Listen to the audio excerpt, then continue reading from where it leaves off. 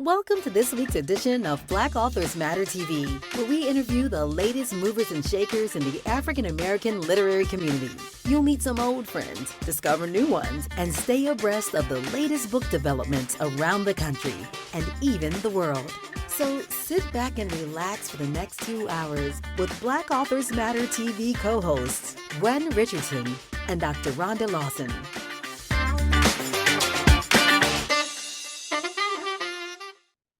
Good evening and welcome to the October 1st edition of Black Authors Matter TV. I'm Gwen Richardson, your host for tonight. And my co-host is taking a night off. It's her anniversary night, so she is going out to dinner or is already out to dinner with her beau. And they're not married yet, but anyway, this was their anniversary, so they went out. And so she will be joining us next week on the show as usual. We have an amazing show. I just want to make people aware. If you're not already aware, the National Black Book Festival, you should be. It's going to be awesome. If you hope you have it on your calendars, we want to see you there. And it's just going to be amazing. So we're excited about that. So we have a couple of housekeeping notes before we bring our first guest on. We have a book to give away. We have 2 videos we're showing. These are people who want to make you aware of their work and they want to inform the Black Authors Matter TV audience about it. So we're going to be showing those after this first interview. So our first guest is a professor. He's a professor of history, and he has a new book called The Great Black Hope. Some of you may have heard of the phrase The Great White Hope, but his book is called The Great Black Hope. And it's about athletes, specifically Black quarterbacks. So his name is Professor Lewis Moore, and we welcome him to Black Authors Matter TV. Thank you for having me. Thank you for being our guest. And we see the book behind you. So now, was that your idea to call it The Great Black Hope, or was that the publisher's idea, or? So that's a good question. I can't remember. I think it was a little bit of both. I had the whole idea, the making of the Black quarterback. I think the original one that I had was like the Battle of the Black Bombers, because it was about the game that they played, September 30th, 1979, and CBS called it the Battle of the Bombers. So it was a play on that, and then we went with the Great Black Hope after I signed the contract. Well, it's definitely eye-catching and could be triggering for some people, but you want your book title to grab attention, and it definitely does that. And the Great White Hope is an old phrase. It's used a lot of different ways, but it's, for those who don't know, and I know you do, it's related to the boxer Jack Johnson in the 1920s. I believe he was in the 1920s. And was it the 1920s or the so he was the heavyweight champion from 1908 to 1915. So yeah. Oh, okay. So it was even earlier than that. Okay. So I knew it was like, early 1900s. And he was winning, and that wasn't considered kosher.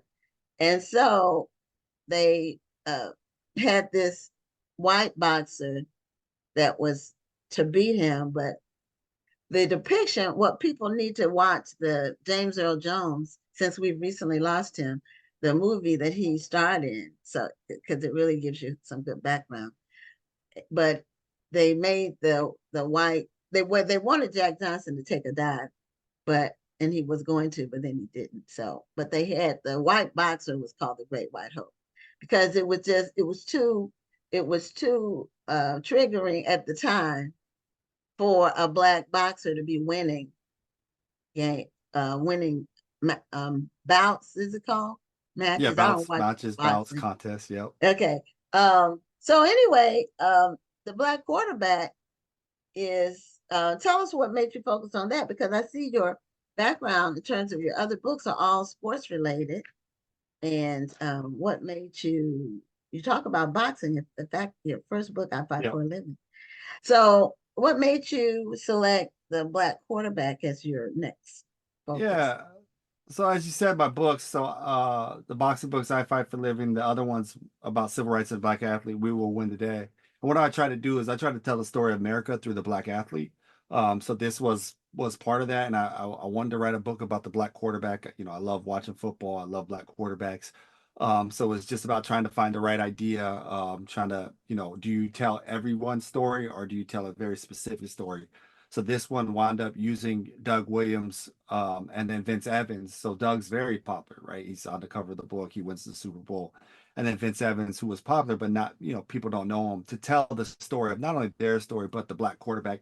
And then also the title is The Great Black Hope, because it's not only just about them and trying to get this position where, the NFL said you can't play this, but it's also about black Americans, right? In the civil rights movement, post civil rights movement, and not just about football, but about life, right? About moving up that ladder when they're denied so many opportunities, even though they have qualifications. So a lot of times you would see yourself in them, right? Like if they can make it, if they can play this position that's thought of as you have to be the smartest person, you have to be the leader, then I'll get an opportunity too. So there's a lot of hope wrapped up in their success. So guys like, Vince and Doug, and especially when Doug wins the Super Bowl in 1988. Yeah, a lot of people, especially younger people, may not realize or be aware of how challenging that quarterback spot was for Black athletes, because the NFL is now so Black just overall. And Black quarterbacks in college, I don't watch college ball, but I know that it's a farm system where it's like, you move from college to the pros. Now, I'm a big pro football fan, big fan. So I love the sport. It's a true team sport, and I watch it every week. Although my team that I support right now is kind of iffy, uh, but I just love the game. I love the sport itself. Uh, it is a little violent, and you want people to be safe, but it's a man's sport, if it's, for lack of a better term. If you want to see some grown men going at it, football is a sport for you. So anyway, um, younger people may not realize how coveted that spot was, or and has been for decades, because it was considered to be the the one spot where it required intelligence, brains more than brawn. And so the idea was that Black players weren't up to snuff. Right, right. And so that's part of why it's such a big deal, right? So Yeah, once this position became the position around the 1940s, the person had to be the smartest person on the field. He had to be the leader. And so it's thought that, white players wouldn't follow black men. Black men couldn't lead. Black men couldn't learn the offense. Would white Southerners listen to a black guy? Sometimes it was about his dialect. So Doug Williams is from the, rural Louisiana. So he doesn't sound like, somebody from the north or somebody from the west. And so are you going to be able to understand them? And so there's a host of excuses to keep them out of this position that has nothing to do with their talent. And other things is just that, there's that trope about black athletes being more athletic and fast. And so right. they would There see is them, that joke too. boom, you're another position, right? You want to play football? Okay, you're a cornerback, you're a receiver, you're anything but a quarterback. And so you're exactly right. Young kids don't understand that because almost half the starting quarterbacks are black now. And there's a lot of Right. black quarterbacks who play at the college level and didn't get to play at the pro level. Whereas when Doug and Vince were playing, there were a number of black quarterbacks at the college level, but they're being told no at the pro level for those various reasons. Right. Warren Moon, Yeah. who quarterbacked for the used to be the Houston Oilers before they changed. But he played in Canada, and some other Black quarterbacks did the same. See, I know about the sport. I watch football. You never said your team, by the way. I didn't. So here's my backstory. The people who watch the show know I was a lifelong Dallas Cowboy fan. My brothers adopted the Cowboys So when we were growing up, that was the only team I knew anything about. And I grew up in Virginia, which the natural team was supposed to be the Redskins, but well, now the Commanders. But my brothers adopted the Cowboys. So that was the only team I knew anything about. It's the only team I watched. Big Cowboy fan. But as things happen from time to time, uh, I got tired of them losing. So after Troy Aikman, they haven't won, they haven't gone to the Super Bowl since Troy Aikman. And when they re-signed Tony Romo, that's when I decided they weren't my team anymore, because I knew Tony Romo was not going to take them to the Super Bowl. So it was stupid for them to re-sign it. I'm just saying, how do you re-sign somebody who's not going to take you to the Super Bowl? So I was out of there after that. I adopted Seattle, the Seattle Seahawks, as my team. And that was before they went to the Super Bowl, but they were up and coming rising team. And Russell Wilson was an up and coming rising quarterback, and they really were an awesome team during that time. So now they're rebuilding. They played last night. Yep. They don't, sometimes they win and sometimes they don't. That's what they are. And sometimes they let a team hang around, hang around, instead of like taking it to them and just putting them away. They let the team hang around and keep the game close, and then they end up losing. And so, but that's my team for now. And I'm starting to watch the Texans a little bit more. The Texans didn't have a winning spirit. That was why I didn't adopt them. But Okay. they're looking a little bit better now. But I love the game of football. It is a true team sport. It's not a it's even a sport where somebody who thinks they're all that, a player who thinks they're all that, that game shows them they're not, Right. if they're not playing with a team mentality. So that's why I love this. So tell us some anecdotes from the book that you might want people to be aware of that they may not be aware of. Yeah, so for me, and part of my favorite part writing this is just digging into their lives and kind of telling that story from the beginning. And so one of the reasons why I chose those two players, Doug Williams and Vince Evans, because they're both born in 1955. They're both born in the South. And Doug is, as I said before, rural Louisiana in this place called Cheneyville. And as I say right up the beginning of the book, it's not a city, it's not a town, it's just a black community, right? That is made post Reconstruction when the black folks stayed on the land there, and land was everything to them.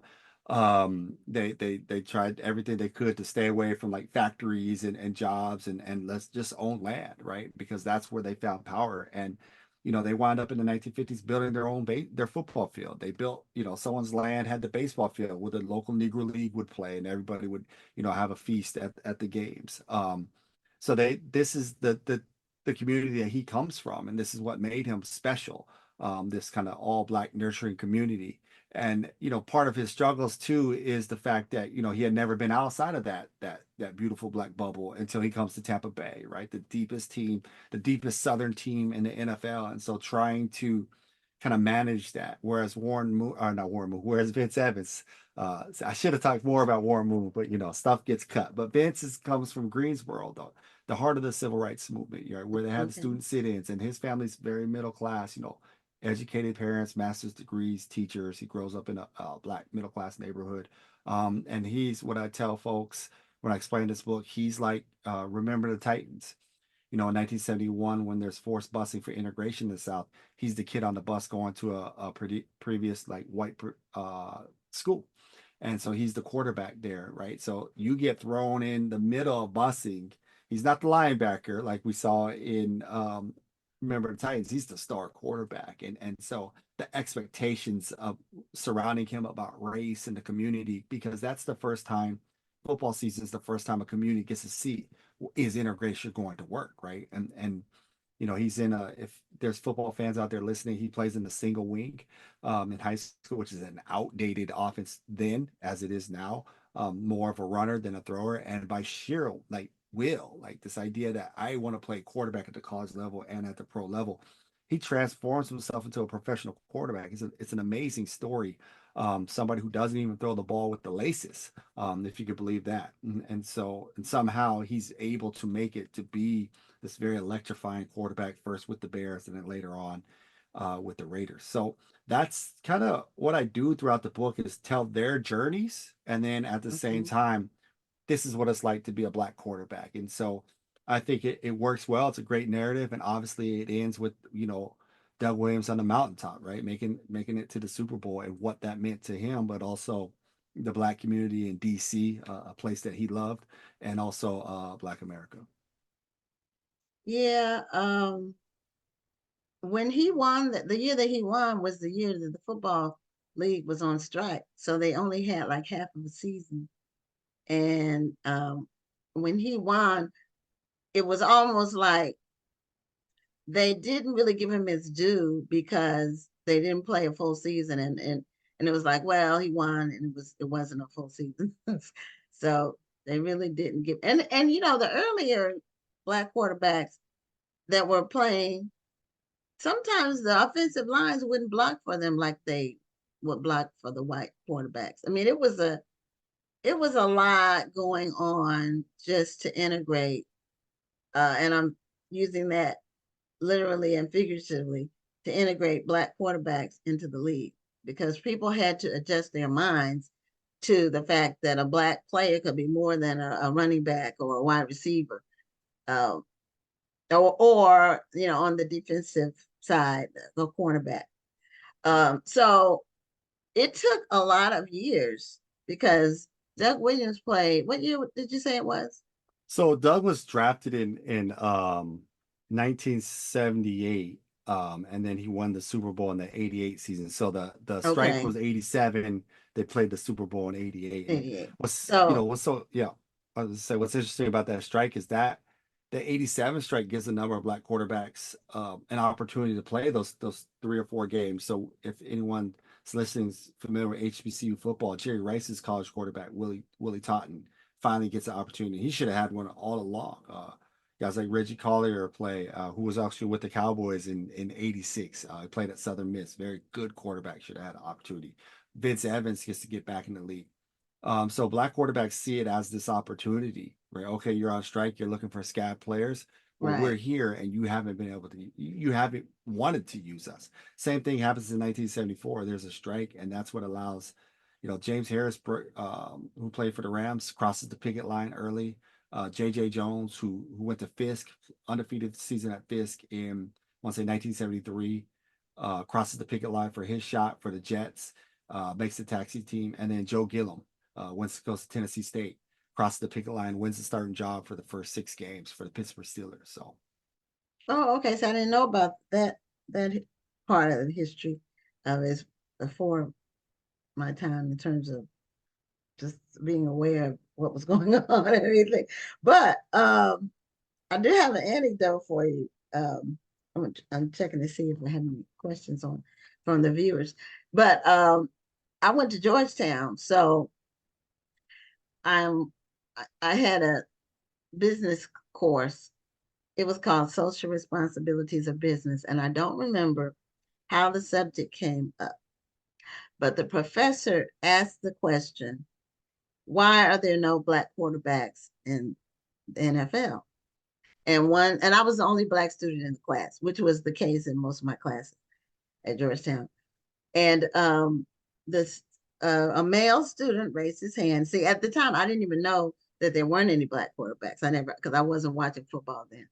But he said, and he raised his hand, and he said, because black people aren't smart enough to be quarterback.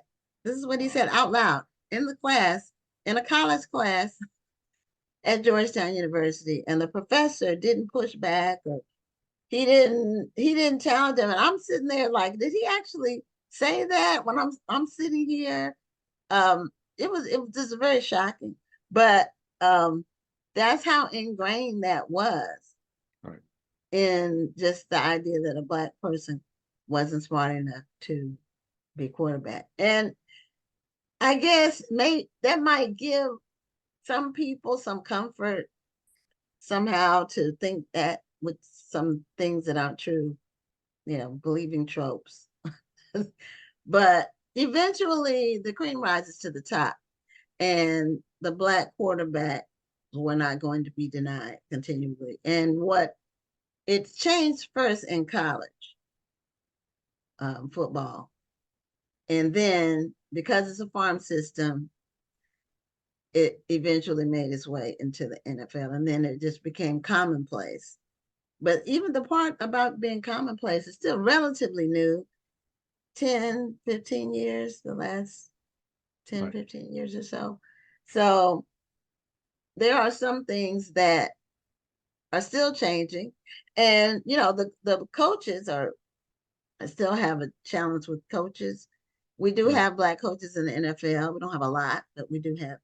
We're getting more. They're getting more of them. But it's a building process, and it didn't happen overnight for sure. And hopefully your book will educate younger people that what the world they live in now didn't hasn't always been. It's Right. it was a lot of struggle, a lot of work, a lot of rejection, and disappointment. They used to turn black quarterbacks into running backs when they got to the NFL, or Right. wide Right. receivers. Right. Receivers, cornerbacks, yeah, Yeah, anything. even out of Yeah. college, they would not let them be a quarterback. They would turn them into a running back or a wide receiver. So now, have your book just recently came out, because we read about it coming out, and that's what September 24th, so last week. Yeah. Yeah. So it's Last week. brand new. Yes. Yeah. Brand Okay, new. Brand new. so you teach history. Um, do you plan to use your book in your classes? I tend not to assign my books in my classes because I don't want this idea that I'm having the students pay for it. Um, but if the school buys it as an ebook and everyone gets to use it for free, then I'll do it. Because I do teach a class I have a sports class. I teach every other year African American history class. So those are books that would work really well. That book worked really well in those classes. So if there's educators out there, yeah, definitely sign that. All my books are very class friendly. Last night I did a Zoom with a classroom in New Hampshire. They used my I Fight for a Living book. A lot of classes use the Civil Rights of Black Athlete book, the We Will Win the Day. So I can imagine other professors adopting it into their classroom or in the high school level. It's a very readable book. So now, what team do you like? It's a tough question. So I'm a free agent. You're a free agent. Okay. You I you like like the watching black sport? quarterbacks. Yeah. So I like Okay. Mahomes. I like Lamar Jackson. Since we're out here in Michigan, I'll start watching the Lions a lot more now that they're good. Okay. Yeah, they So beat my yeah. team last night. Yeah, we I was did. We did. We did. It was disappointed. close. It was close. See, well, it really never was close, It because was, yeah, whenever you're coming from behind trying to catch up, the clock is going to be, you know, your enemy.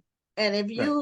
you either have to match the team, court touchdown for touchdown, or at least be in it. And uh, what's the play? That, Metcalf is a yeah, good player. However, he's a hot dog, and so he'll be trying, like he was last night. He was trying to get some extra yards instead of just protecting the ball. You right. got a Going first down. Yeah. down, fall down or stop or whatever. He's trying to be on the highlight reels and get some extra yards, and then fumbles, and then the other team gets the ball. And didn't they run it all the way back for a touchdown? Or they got close to a touchdown, and then it was just a matter of time. Yeah, it was So 14-0, but they were one score away in the fourth quarter. They just couldn't sustain a yeah, drive. but it was Yeah, only like a few minutes left. It wasn't enough right. time. Yeah. It's No, like everything has to go your way when you do it like that, and right, normally it doesn't. Not when you're playing a good team. right. You But they'll know be okay. Seattle will be okay.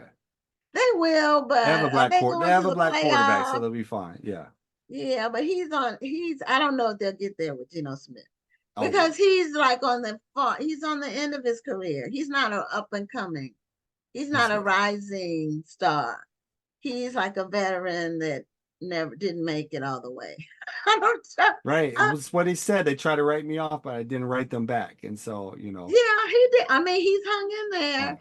but I don't know if they can make it to really, if they can win a playoff game with him. Yeah, we'll see. We'll See, see. that's what we have to be on the lookout for. So, but so Grand Valley State, that's where you teach. Where is that Yep. exactly? That's in Grand Rapids, Michigan. So about 2 hours from Detroit, 2.5 from Chicago, right on the west side of the state. Okay, is it an HBCU? No, no, no, no, no, no. Okay, We not at all. You said not. not at all. Not at all.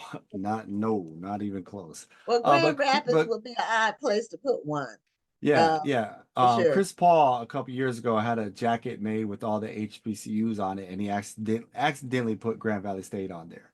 Oh, okay. But It it has is a name that sounds like it right, could be a HBCU. That's right, why, because right. there's another Valley State that Fort isn't. Valley. So he meant to have Fort Valley State on his jacket, and Okay. his designer put Grand Valley State on the jacket. And so, Oh, okay. yeah, Okay. no, Well, not at all.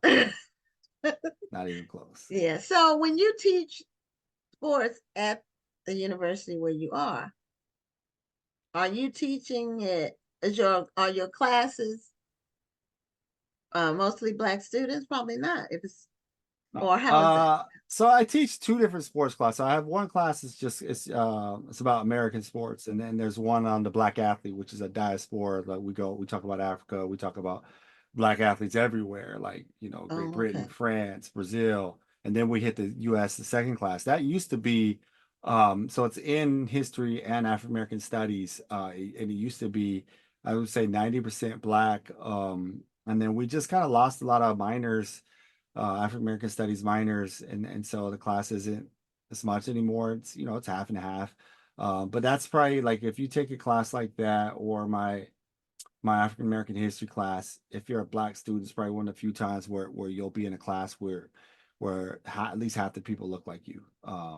So yeah. Okay. So it is interesting. Sometimes you do teach this history too. I mean, everybody's, history is for everybody. Yes, it is. So it's good for these folks, especially at this school. They come from a lot of suburbs, but a lot of small, rural farm towns. And so when you're able to, the beauty about teaching sports history is that you could talk about a lot of difficult subjects, and they don't know you're talking about difficult subjects because you're talking about sports. So we can talk about race, ethnicity, gender, a lot of things, and but it's through the lens of sports, and so it's a little bit easier for people to digest. Okay. Well, Professor Moore, thank you so much for being a guest on Black Authors Matter TV. And we want people to go out and get your book, The Great Black Hope. And congratulations on publishing it and having Thank it you for out having in me. the world. Okay. Thank you very much. Have a great evening. All right, you too. Bye. Bye-bye.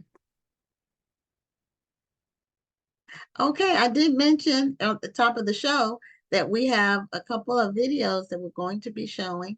These are videos from people who want to make our audience aware of their work. And I think one of them is actually going to be at the National Black Book Festival. So that's going to be about 4 minutes, and then we'll bring on our next guest. I remember my mom packing us up, and we took a taxi and picked up my sister. I remember us picking her up from school and going to the Greyhound bus station. I asked my mom where we were going. She said, oh, we're going to Detroit because Stevie Wonder sent for me. My aunts and uncles would come and say that she needed to go to the hospital, but as children, we didn't realize anything differently about our mom. So going to Detroit didn't seem unusual. We got to Detroit and checked into a hotel that night. It was some hours later, a man drove us to basically what was a homeless shelter.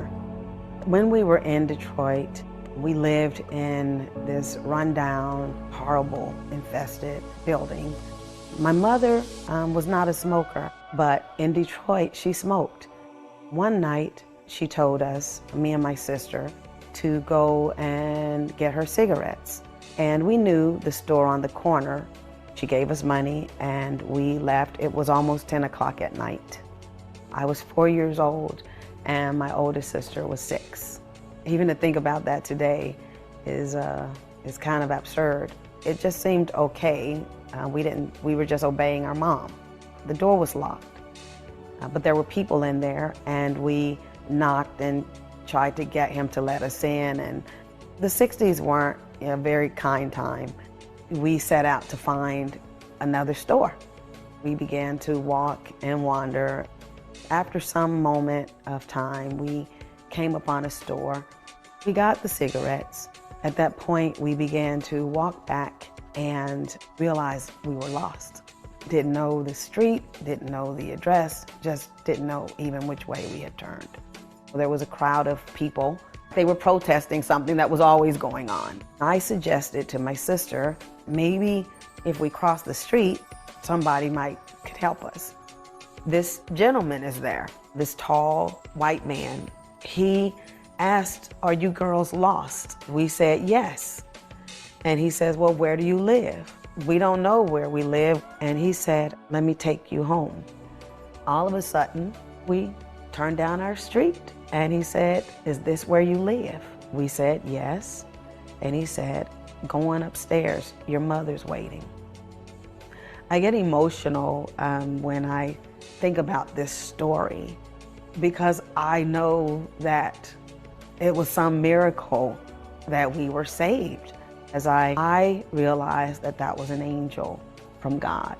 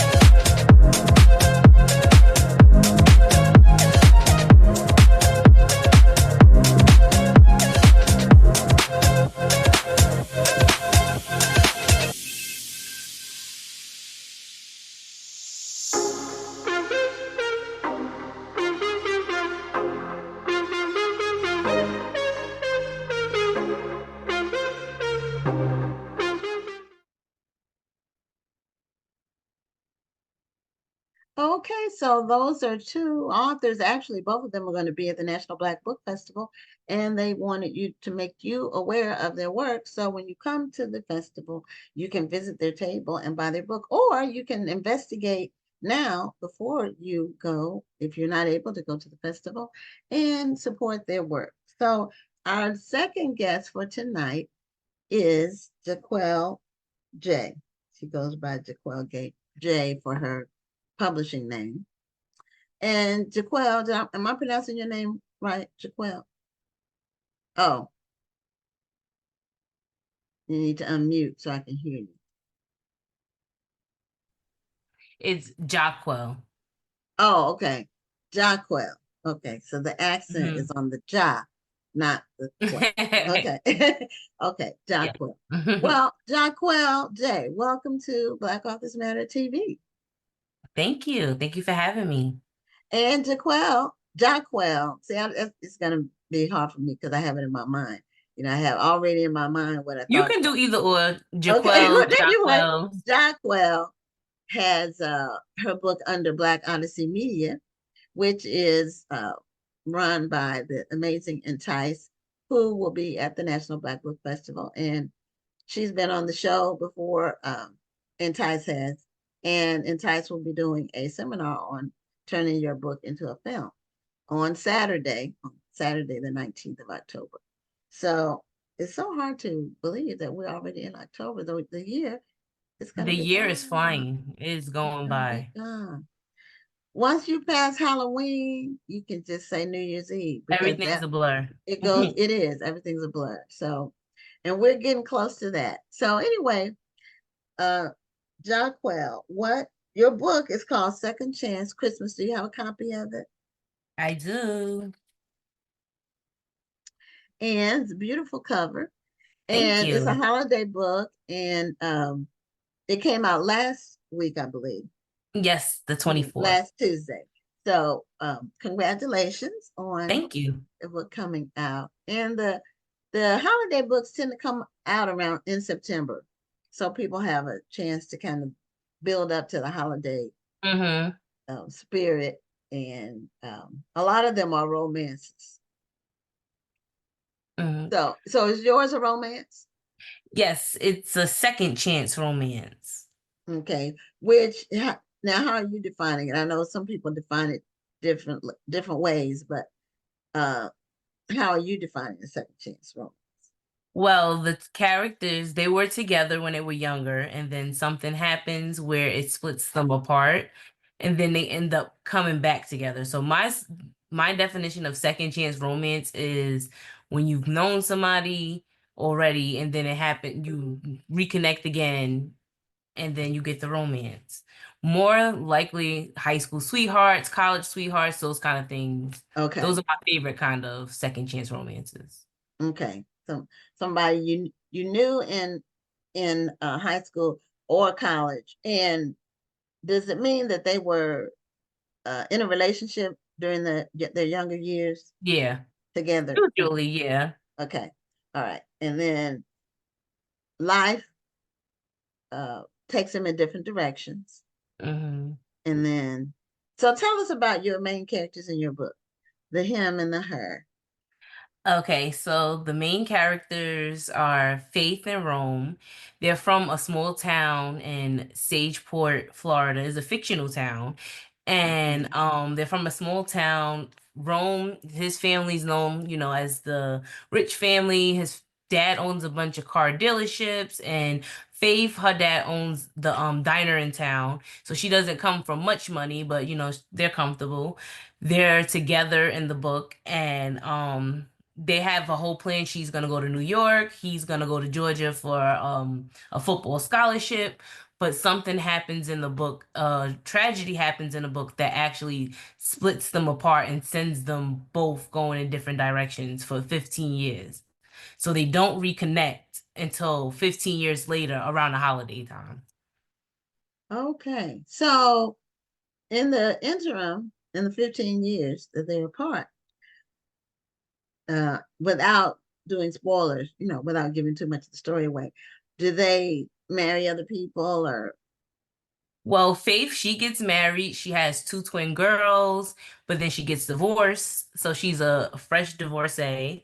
And Rome, he kind of, stayed. So I don't want to give too much with You're him, right, but right. Don't give yeah. away the plot because you want people to read it. But Faith, she moved on. She had a whole life. She lived life, and then, she got a divorce. So now she's a single mom of two girls, and she's facing spending the holidays by herself because she has to split custody with her ex-husband. So that is Okay. another issue in the book that she faces. Okay. Yeah, spending the holidays alone is, not good. Mhm. There's a lot of suicides during the holidays. Yeah. There's being alone during the holidays are family time, for families to get together. And if a person has a dysfunctional family or they've Hmm. disconnected, they've, split from their family in some way, there's a rift, Yeah. then the holidays can be very isolating and depressing. Yeah, and then it doesn't help every time you turn on the TV or you go on social media, there's something with family, a commercial geared to family. So yeah, it's tough. Yeah, or go outside. I mean, Right. because Christmas is my favorite time of year. And I love the decorations. I love the gift giving, the tree, all of it, the lights. And we always had great Christmases when I was growing up. We had my mom, was always all about family and cooking, and she always made sure the house was decorated. And we always got what we wanted for Christmas. And I don't know how they did it, but they would hide the gifts. I never knew. My parents didn't wrap the gifts that we got. Mm. What happened, the way, every family is different. My parents we would go to bed, and then when we wake up in the living room or wherever the den or wherever they put our gifts, each of us would have like our stuff would be together in a chair, a part of the sofa or whatever. And we never heard them do it. We never heard a sound. I guess we were asleep. We would get up and the stuff would be there. And we always got what we wanted. And so Christmas, it was always good. I always tried to make sure my daughter, had similar experience. She's a grown woman now, but I hope she does the same with her children. Because really, Christmas is for kids, really. Because that Christmas memory that you have as a kid, be it positive or negative, it carries through your whole life. Yeah. It really does. So, what other books have you written, or is this your first book? No, I've written about over, I want to say I'm at 100, I want to say. Probably a little bit over. 100? Are they published? Yeah, they're published. 100 books? Why did you put that on your bio? That's a major accomplishment. I know romance writers generally write a lot of books. The books tend to be shorter than a full novel, and the plots are kind of similar, but that's a lot of writing. So when did you start? When did you get started? I started writing in 2014. That's not that long. That's only 10 years. Yeah. And you've written 100 books. Okay, are they all books, or are they some of them novellas, or I have some novellas, stories? but majority of them are full Stories. books. So do you write full time? If you're doing that much writing, then you must, because you can't write that many books around a full-time job. You just wouldn't have the energy, So when did you know that this was going to be a full-time thing?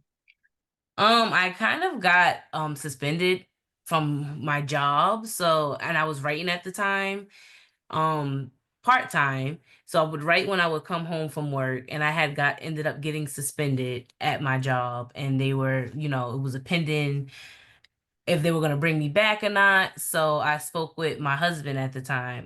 He was my boyfriend at the time, but my husband now. Okay. And I told him, like, I think I really can do this full time. And he wasn't sure. He was like, I don't know.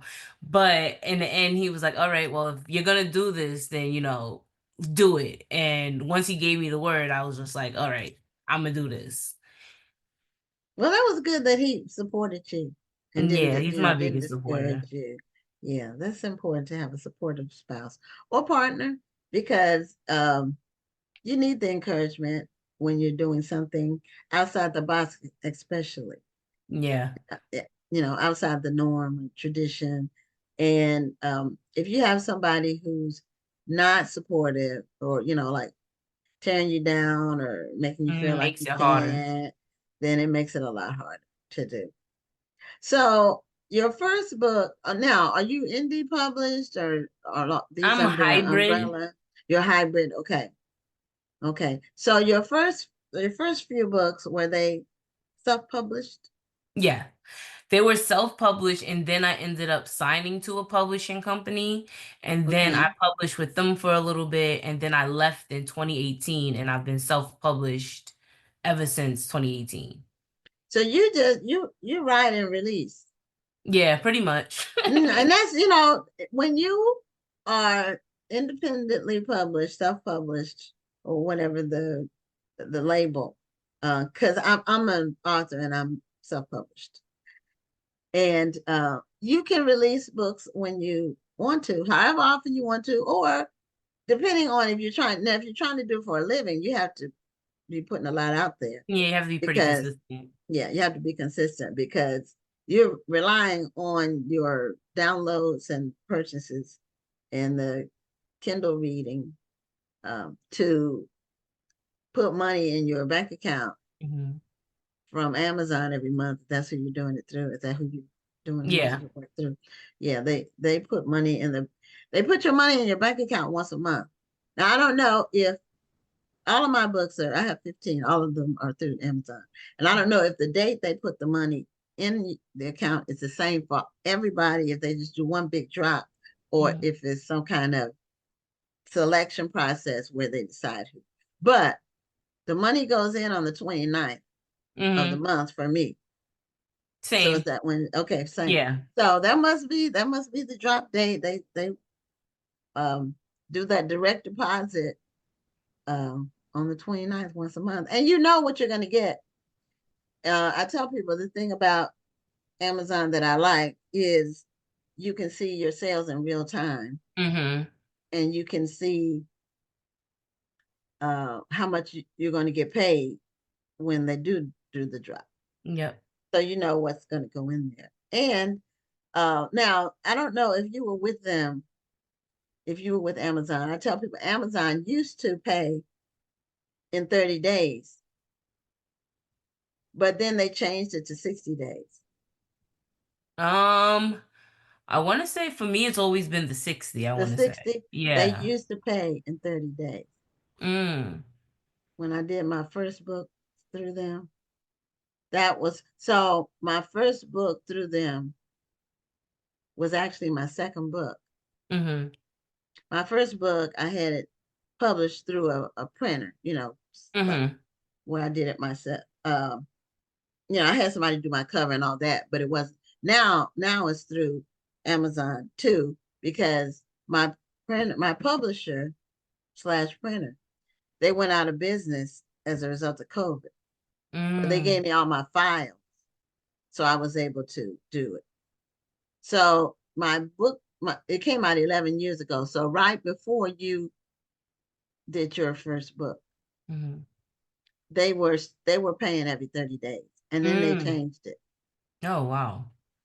So, and they just did that because they can, Right. they could pay in 30 days. That's the standard in the industry, but they pay, but they do pay it's a rolling 60 days. So you still get paid every month. Yeah. It's just held back. Yep. So your sales for September, like we just into September, we'll get those in November the 29th. Mhm. That's the way it works. For those out there, sometimes we like to give information to people who are aspiring authors. We have all kinds of people who watch the show, and we like to let I believe the more information people have, the better. And we Mhm. try to share as much information as we can about the industry, because it's good for people to know what they can expect and what they're getting Yeah. into, instead of being surprised or thinking that, or thinking they have gotten duped, or thinking they should have known. Mhm. So this way people know what to expect. But they do pay, every month your money goes in there based on what is shown that you sold. So tell us some of your other books that you've done, like some of your other, are they all romances? No. There's some of them are urban fiction, urban romance, and then I have some regular romance. Okay, so it's a combination. And then Yeah. do you have series? Because most of the Yeah, I time have that's the series. thing now, to have a series. And it's good. It's good to have something that people can have a continuing story and continuing characters that they can enjoy. Most of my catalog is series. I have some standalones, but most of them are series. So do you go by oh, she said you're not just an Amazon author. Did somebody say that? Some of your fans are watching, so I'm looking at what they're saying. Um, Hi, this Tribe. yeah, okay, okay. Uh, let's not forget to treat yourself, I guess. So let's see. I think they're talking among themselves. Oh, someone named Delisa Charmaine Dillon. Do you know her? Mm-hmm. She said that you have multiple amazing series, actually. Thank you. So do you write under your name Yes. for all of your books? Do you have any Mm-hmm. pseudonyms that you use? No. All of them is under that. No. Well, congratulations to you for writing that many stories. That's a lot of people. That's a lot of stories and characters, and how do you keep it fresh when you write that much? A notebook and a dry erase board and my notes app. I have a bunch of different tabs in my notes app on my phone, and I like have them all separated with whatever book or family that I'm working on at the time. Okay. And so when you decide to do uh, a series, how do you decide how many books do you generally have in your series? And then how do you decide how to break it up? Well, when I first started, I was a little bit crazy. So I've had some of them have 6 books, some of them have 5. But now as I've gotten more seasoned in my writing, my series are not as long anymore because I started making my books longer. Because when I first started, my books would be maybe like 50, 60K, and that would be each book. But now when I do a series, probably end it like 80, 90, or 100K. Okay. So the series gets shorter. It doesn't have to span 5 or 6 books anymore. Okay. So what would you say are some of your trademark things about the books you write? I know that my readers will say my cliffhangers for sure. Okay. Um and my male characters and my female characters and mostly the villains within the book. The characters they don't tend to like. I know it really pisses them off. You would think they were real people the way they Okay. talk about them. So Okay. I would say But those that's two. good. That's good. Yeah, It's good if you can bring emotion in the reader's response to your characters, then to me that means that's a success in terms of being a successful writer. So, right. because I'm an avid reader and I'm also a writer. So when I read the character, it doesn't matter if it's a villain or could be the Hmm. protagonist or the antagonist. I like well-developed characters, Right. where you can relate to them or identify with them or just, you know, love to hate them if they're a villain. Right. So name one. What's your most successful series? Well, currently my most successful is my Capone and Capadonna series. Okay. It's my most successful actually. Okay. And what's that one about? It's about two twin brothers. One gets sent away to prison because he takes the fall for his brother, and the other one ends up building their drug empire and their whole empire legally and illegally. And it just has a bunch of different drama, the different characters interconnect. Is a lot. Okay. And what series is that called? Capone, and Okay. it's a spinoff, and his brother is Capadonna. So they Okay. each have a series. Oh, they each have a series. Hmm. Oh, okay. All right. And is that your urban Yeah. fiction? Okay. Okay. So how did you decide, like, okay, Second Chance Christmas is your book that just came out. Hmm. So authors who write like you do, like who are prolific, they always have one or two books in the can that haven't come out yet. Hmm. So how do you decide what's going to be the next story that you tell? Like the current events have trigger anything? Is it something that you see on TV, in neighborhood? Um, It how do you usually decide? just comes to me random, and it's gonna sound like, how does that happen? But I get my best ideas when I'm driving for some reason.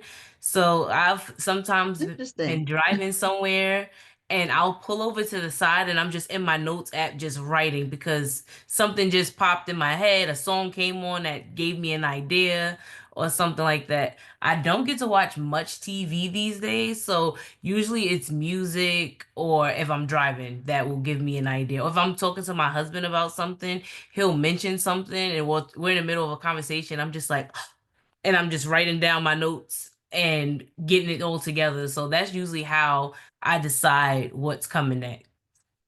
Oh, okay. Well, you know, everybody gets inspiration from different things. Somebody has said something that's oh, Katrina White says it's a must read. I guess it's your Capone and the Oh, other name, the hi, series. Katrina. We love the Delgado twins, somebody said. Shannon Mhm. Parker said we love the Delgado twins. And you make the character seem so real. That's what your fans are saying. So, how did you get with Black Odyssey Media? My agent actually reached out to me and asked me if I was interested in doing a holiday book with Black Odyssey. And I spoke to Entice and I was interested. I've wrote a holiday book before, but I've never written a holiday romance. So I Okay. wanted to kind of push myself and see if it's something that I could do. And Entice definitely, pushed me and allowed me to be creative and bring this book to life.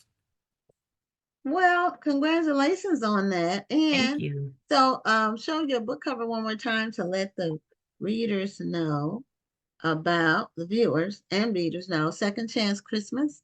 It came out last week and it's available wherever books are sold. So, get your copy and enjoy your Christmas read. Thank you so much, Thank you for having Jahquel, me. for being on Black Authors Matter TV.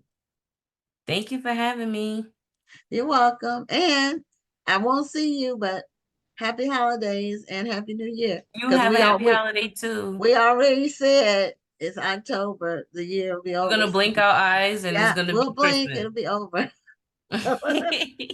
All right, take care. Good night. Bye-bye. Good night. Okay. All right, so I wanted to give enough time for us to do our book giveaway before the next interview. And so you all who watch the show may remember that we had a young lady on the show. She had this Black crossword. There's 100 mini puzzles celebrating the African diaspora. It's by Juliana Pache. That's how she pronounces it. And I did say I was going to get a copy and give it away on the show. So here's the book, and the trivia for the book is the author, Juliana Pache, lives in a New York City borough. Which borough does she live in? So the first person who answers correctly will get their copy of Black Crossword. So we're going to bring our next guest on a little bit early.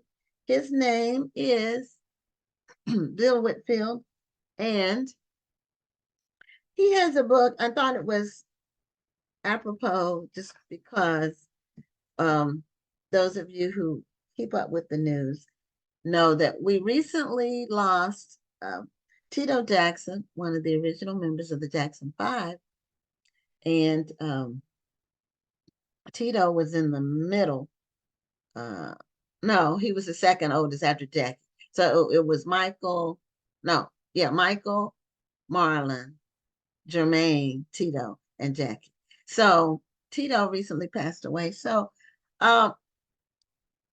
this book is called Remember the Time, and the author's name is Bill Whitfield.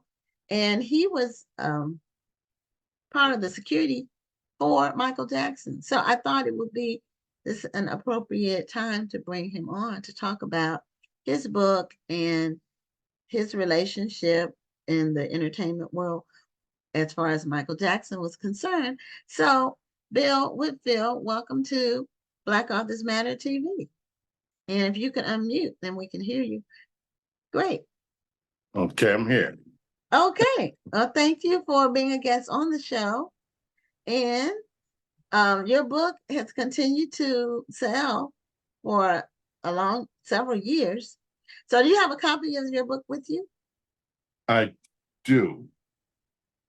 Um, Is I have it to, handy? I can Okay, grab, well, that's fine. That's allowed.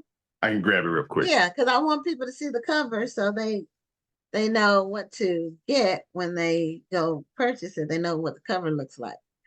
So one of these days we might start putting them on the screen. But I like it better when the authors actually have their book in hand and they can hold it up and show people. So, because people do still read actual books. I read books, not the electronic version. I was reading stuff on the Kindle, but then I started back reading books. I just like the way books look, like a stack of books or a shelf of books. It Right. just looks good. So anyway, that's your book is called Remember the Time, and you want to hold it up so we can see it. And it has Michael there on the cover. And of course, you use the title for one of his songs. Remember the Time. There was the one that was the video that had was that the one that had the Egyptian people in it? The video that had like Yeah, I think so. I think so. Egyptian. Yeah, I thought Yeah, so. I believe so. Yeah. Yeah. So your book is about your relationship with Michael as his part of his security. Now, were you the head of his security or just one of his security I was the team? head of security. I was chief of security. Oh, okay. So I bet that was challenging. Very. Yeah. So what during what part of his life were you the head? The last 3 years of his life. Okay. All right. And do you have a security background or police background or I law enforcement or do have law enforcement background, but more years spent actual on the job and training in security, private security, executive protection. oh, okay. So how did you end up being head of Michael Jackson security? Well, I've been doing up until working for Mr. Jackson. I've been doing security for about 25 years. And I've worked with several different celebrities from Whitney Houston, Shaquille O'Neal, Tony Braxton, and the infamous P. Diddy. Oh, okay. Well, I want to ask about that because this show is That about was your book back in the earlier years when, before some of this stuff happened. yeah, It's all coming out. much longer. Yeah, much longer before all that happened. Much. Yeah. So what's different about guarding a celebrity versus someone else? For example, just a wealthy person or a politician. What are some of the differences in terms of being Well, security for a celebrity? certainly depend upon the notoriety of the individual. You apply certain forms of security, whether it's covert or certainly openly to the public, and keeping more of an eye on the individual. But if it is someone that of Michael Jackson status, that it was very hard to be in the immediate public on a regular, because his huge fan base and his huge following, we often had to use back doors to almost everywhere and anywhere. Certainly disguises were often used. Someone like him, I mean, he's the highest level of anyone that I've ever provided protection for. And I don't think there's anyone out there that I can think of that would need the same level of security we provided for him, because he was so well known, so well liked, so well loved, that so many people wanted to get near him. And it was just hard to move just in the public as you and I would move on a daily basis. So keeping him protected, whether it was through certain disguises or, again, just going through back doors of restaurants, hotels of that nature. It seems like having to live that way I know celebrities, they probably get used to it, but it seems like it would be a very lonely, isolating type of life. Very. I think, I don't think it's something that they got used to, because every day was different. Some days, yes, we would be able to walk somewhere in the public and just somewhat be part of the crowd, and everything was just fine. Certainly you get your onlookers, but no one's really chasing us down and harassing us. And there are days that would happen. But then there were those days that we would try it again, and it was just impossible to move. So I don't think it's something that a lot of celebrities get used to. Having, I tell people all the time that we take our lives and our freedom and comfortable freedom, so much for granted because the type of security we had to provide for Michael Jackson was deep and often hard, because we had to work with the establishments and work around traffic. We couldn't shut down traffic like the Secret Service does. So we had to maneuver around things as best we could. And it really wasn't easy. I bet. And, sometimes we take for granted, like you were saying, that we're just ordinary people that people don't really recognize. So we Right. can walk around and go shopping or go to a restaurant and enjoy a meal and not be bothered with people. Right. But if you're a celebrity, you can't do that at all. And you have to have constant guard with people who's providing security for you and keeping people away from you. And then there are people who want to do you harm. Absolutely. Don't worry about that. Some people are trying to get autographs. Some people are just fans, but then there are other people who have, some more sinister motives. Well, Michael Jackson once said to us, on one end, he'll ask us to be nice to his fans, and we understood that. But on the flip side, he would often say to us to be careful because it was a fan that killed John Lennon. So, Yes, it so was. to have to work under those dynamics of trying to figure out who's friend and who's foe, you just didn't know. And so it was hard. So you had to really pay attention because he understood that someone could do something to him just to make a name for themselves, and their name would be historical just as well as his had they done something to him. Yeah, and he lived his whole life as a celebrity. Absolutely. I believe From a little boy, from a very young age. I think but he was like 6 or 7 when they first got started. And he was 10 or 11 when they really had their breakthrough. Yeah. So he never had a childhood. Not one that you and I can say that we could relate to. No. Right. No, he did not. I don't believe he had that childhood. So from having worked with him, people often wondered to this day, I'm sure, what was his connection to children. But one thing I personally witnessed the conversations he's had with children, and all they would talk about is new movies coming out, special effects, and remaking different movies.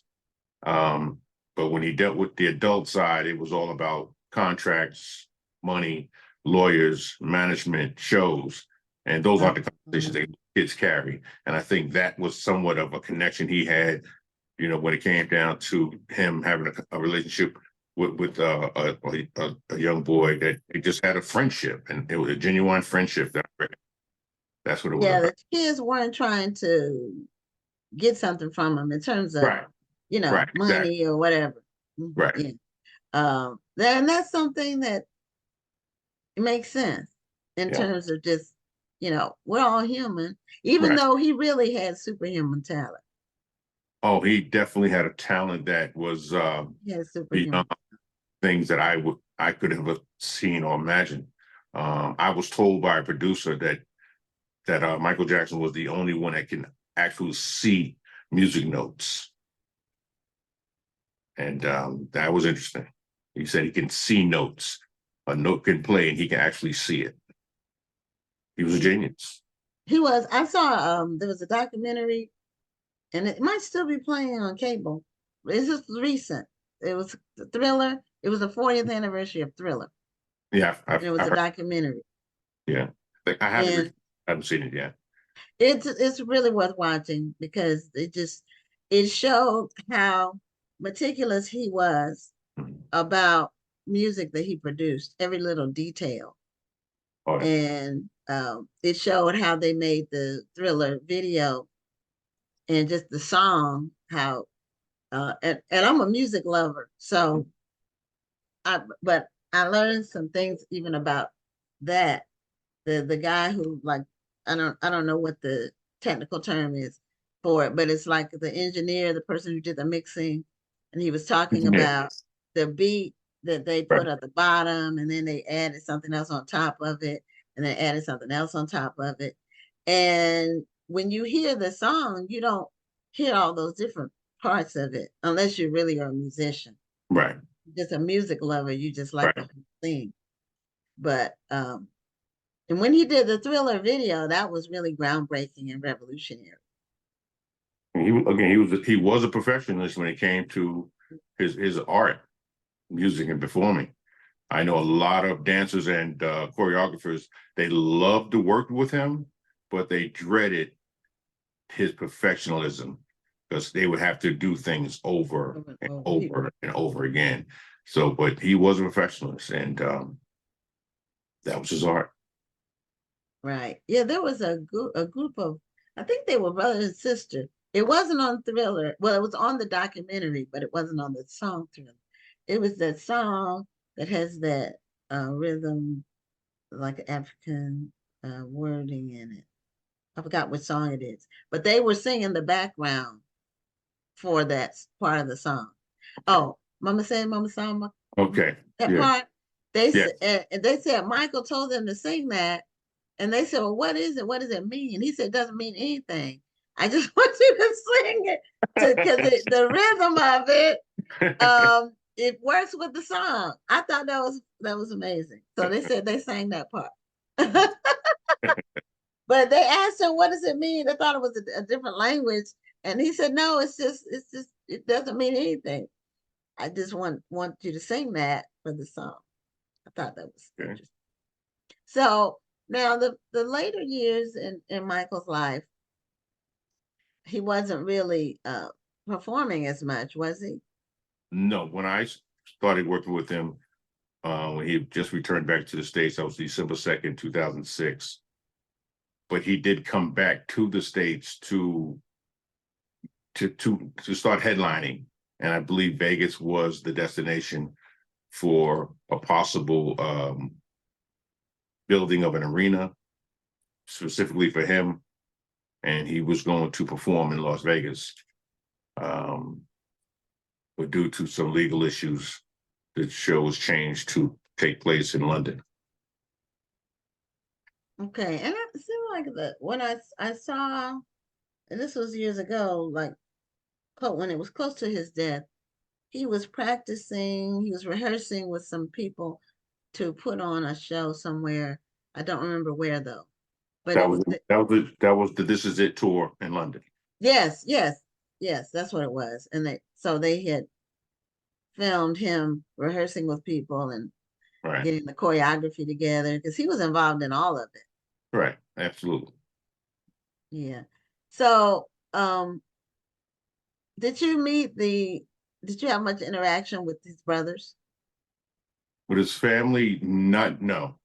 We, unfortunately, the only interaction we did have, when I say me and my security team, it was somewhat confrontational moments. Mr. Jackson specifically did not like people to just pop up at his house. So there were times when individuals have just came unannounced, and he was not happy about that. And on us at security, we were the ones who have to deal with it. Were you part of his security team still when he passed? I was preparing for the London. I was certainly still on payroll. Well, those were issues, some other issues, but I was preparing for the property, the house that he was going to be possibly staying at in London. I was preparing for setting up security for that property. Okay. So I was certainly preparing to go with him as he insisted that we go, but there were just some legal things, contractual wise, that me and my team needed to deal with his management about. So we were not on the scene, but we were still taking care of the property here in Las Vegas. Okay. So do you live in Las Vegas now? Yes. Oh, okay. All right. Now, are you from Las Vegas? Absolutely not. Okay. Okay, where are you from? New York. I was gonna guess New York, but I didn't want to be presumptuous. So you kind of have a little New York. I still hear it. Um, I'm I was in New York recently for the Harlem Book Fair. So that was September 7th. I was Oh, there that weekend. So okay. Okay. yeah, I had not been there in many years before that. And so it was just a weekend trip. It was quite eventful. Yeah. Interesting. Yeah. Miss New York. Yeah, you do? Oh yeah. Yeah, I guess if that's like you've lived there a long time and you're from there, uh, You I know, you think it's said, yeah. different. It's Oh, different. big different. Oh, very different. Well, Yeah. Vegas is a different beast too. Well, yeah, Vegas, I've been there. Let's see, we were there for a week as a family trip several years ago and loved it. It was just hot as heck because we were there. I think we were there at the end of July or the beginning of August, and it was like 115 during the day. Oh yeah. And It's even at night, it barely broke 100, like being under 100. So, it, but it's a lot to do. There was a lot. always something going on. Yeah, I enjoyed Vegas Always. trip. And we went to the Hoover Dam, did Okay. that tour, did like Oh, a boat thing. So we did a lot. Went to a show. We saw Gladys Knight and who else? Oh, the comedian George Wallace. George Washington. Okay. He was performing, so we saw those two shows. We really enjoyed it. So, as far as security work for Michael or other celebrities, what do you like? You've been doing this a long time, so you must like it, or you just sometimes people do things because it's a good way to make a good living. They don't necessarily like it, but do you like doing security work? Well, it's a career in which I've studied, I've been trained, and I'm educated in. So, like with anyone else that has a job, whether it's at the post office or police officer, you got to find something about it that you do like, especially if it's something that you received hours long training, um, and you've been committed to doing it for so long. So it's something that I feel I'm good at, and I'm one of the best at it. So I have my moments of feeling that you escort a client from point A to point B, and point B being home, and they're safe. Your job is done. So you get some form of gratification out of that. Now, regarding your book, Remember the Time, um, what's what aspect of you doing the work for Michael do you cover in your book? Like, how does your book? It looks pretty thick. Well, yeah, 300, I think 60 pages. Yeah. Uh, So what? How does the book open, and how does the story unfold? You don't well, the have to book, tell us everything because we don't. We want people to buy the book, but tell us what you talk about in the book. um, the title of the book, Remember the Time, Protecting Michael Jackson in His Final Days. Certainly, Remember the Time was one of his big hits, but for us, we were remembering the times that we had with him. And so our book is based on Mr. Jackson, which we've always recognized him and called him Mr. Jackson out of respect, to be in our wars. But the book was we decided to write the book based on who he was as a man, as a person, as a father, as the person we got to know deeply. I often said that I didn't know the King of Pop because he wasn't performing on stage. Certainly, he was doing a lot of rehearsing from time to time, being in a studio, whether it's elsewhere or at home. We've heard the singing, but our conversations was with a single father of three. So that was our conversation. So with us being men, him being a man, and we just had manly conversations. We talked about all sorts of things throughout the world. So we got to know him on a personal level. So writing our book, we wanted to bring the light to a lot of which we don't think that the media and or tabloids have spoken on of him as a person. So much of the entertainer, but not much as the person. And I think it was something that his fans would certainly endure, and which our feedback from the book, from his fan base, has been very, very well receptive. So, we like to feel that we hit our target with introducing a book about Mr. Jackson's personal side and some of the things that he endured leading up to the concert in London, but just bringing out who he was as a person, as a father, and single father at that. So with very little help. So, So did you provide protection for the children too? Oh, absolutely. Oh, okay. Okay. And so they were, when he passed, they were like, seemed like they or looked like they were maybe 12 or 11 in there somewhere. Yeah, they were certainly between the ages of 12 and I want to say 8. Yeah, the youngest one. Right. Mm-hmm. So I from time to time you see them in the news for some reason or another. A lot of the media people, they can really be insensitive.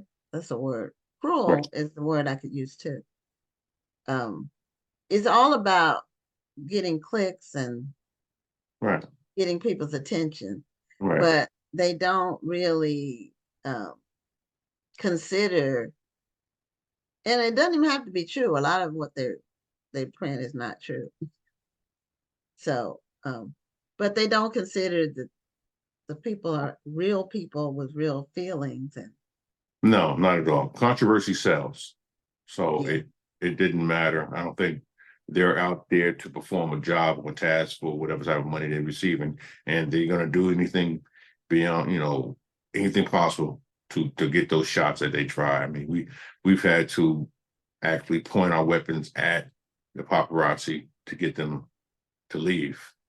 So we totally have seen it, or I've seen it.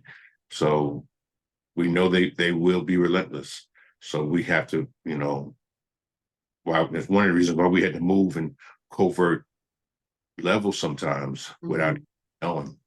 And using that through disguises and decoys. So y'all use decoys too. Did you all use doubles? Did you ever use body doubles ever? For Mr. Jackson, we did. You did? Okay. Yes. I saw that in a movie, but yes. I didn't know about, security work is a field I'm completely unfamiliar with other than just what I've seen on movies or the news. But I do like, one of my favorite movies or series is something having to do with like the CIA or covert ops. Right. I like those kind of movies. So, right. But real life is different from us. I like the dramatic. I like a written drama. Some real life stuff to me is too real. Sometimes I rather have a fictionalized account or something a lot of times, because then it's not real people and nobody's actually hurt. Are you aware of the movie that we wrote? I'm sorry, that we produced based off the book? No, I'm not. Well, it's amazing that so many people aren't aware of even our book and movie. We wrote a movie, Searching for Neverland. It's the name of the book. I'm sorry, it's the name of the movie. The movie, okay. I heard about the movie, but I didn't realize that they were related. It was related to the book. Yeah, it's based on. Was it in theaters? No, it was a Lifetime movie. Oh, it was a Lifetime movie. Okay. Yeah. Okay, no, and so that was based on the book. They just did a different title. Yes. Okay, no, I didn't realize that. See, I didn't have that in my information. I just had the information about the book. So I didn't know about the movie. So how did that go? How did the movie, how was it received, and how closely does it match up with what's in the book? Very close. I would say a good 90%. Okay. Very close. Okay. A lot of detail, You know, the movie was supposed to be a 2-part series Mhm. due to so much information, but due to funding restraints, they just made it into one film. Okay, so it was on Lifetime. So is it on any of the streaming services that you It's know on of? Prime right now. It's on Prime? Yes. Okay, well I can go look it up. Yeah. I don't normally have Prime. I don't do Prime out of Well, protest, but so on YouTube, but I believe so. well, no, I actually once a year I do the Prime, the 1 year free trial, a 30-day free trial once a year. And right now I'm on my trial. So I Okay. can go look at it. Yeah, Um, check it out. yeah, I try not to do everything through Amazon because Amazon is so ubiquitous. Um, I try to spread my money around because Amazon is so monopolistic. It's really becoming that now. Right. And so, you know, it's convenient, but what happens with monopolies is once they become monopolies, then the service isn't as good. Your choices become more limited. Um, I don't like the idea that Amazon knows so much about consumer behavior. Like if you buy everything from them, they really know everything about you almost. So I just try to spread my information around so different Gotcha. entities get a little bit each Right. one. And so I'm not just captured by Amazon. Well, show us the copy of your book one more time so that people can see it. It's called Remember the Time. And the subhead is, can you give us a subhead? Remember the Time, protecting Michael Jackson in his final days. In his final days. And right now, I do have a limited number of copies that people can go straight to my website, rememberthetimebook.com, where they can place an order and they can receive an autographed copy of the book. Okay, wonderful. So yeah, rememberthetimebook.com. Correct. And we'll put that in the chat so that people can go straight to the website. Great. Great. Okay, well, thank you for being a guest on Black Authors Matter TV and continued success in your security field. Appreciate you. Thank you for having me. Okay, you're welcome. All right. Take Good care. night. Good night. Okay, everybody. Now, I don't, since Rhonda's not on to do the duty with checking everything, I don't know who won the book. I'm gonna see. Let me see if I can see who gave the right answer for the book. So I don't see it right now. But what I will do is I will check later on. And Curtis Stevenson Jr., who wins the books quite frequently, he got the answer, which is Brooklyn. Juliana Pache is from Brooklyn, New York. And so, Curtis, you get a copy of Black Crosswords. So, anyway, we are bringing on our final guest, and her name is Erika Archer. Erika is a children's author. She's also an Air Force veteran. So, and she has a very interesting biography about her time in the military, which I'd like her to share with the audience, as well as information about her children's book. So, Erika, welcome to Black Authors Matter TV. Hello. And, you're unmuted. Great. Okay. How are you? I'm doing well. How are you doing tonight? Doing great. So thank you for being a guest on the show. And you talked about in your bio that you're an Air Force veteran and you served 12 years on active duty. And part of it was in Iraq. Yes. You were. So tell us just a little bit about that, your background in the service and when you joined, and did you go through ROTC or how did you become a member of the Air Force or whatever they call it? Okay, so I actually became a member of the Air Force. My dad is an Air Force veteran himself. So back in 2005 is when I joined. So I joined, I'm originally from Chesapeake, Virginia. So I joined. Okay, I'm going to stop you. I'm from Newport News. I'm from Newport News. So yeah, Chesapeake is really close. Mhm. Tidewater. Really close. So I haven't lived there in a long time, but that's where I grew up in Newport News. So 2005 was the last time I actually physically lived in Virginia. So okay. All right. So yeah, it's a lot of military in that area. yes.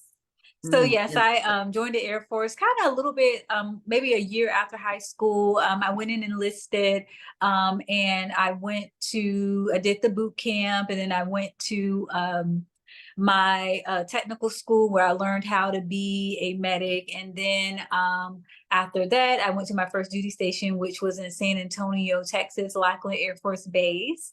And I was out there maybe for 5 years. And then that was my actual first deployment, where I deployed to Balad, Iraq at the Air Force Theater Hospital.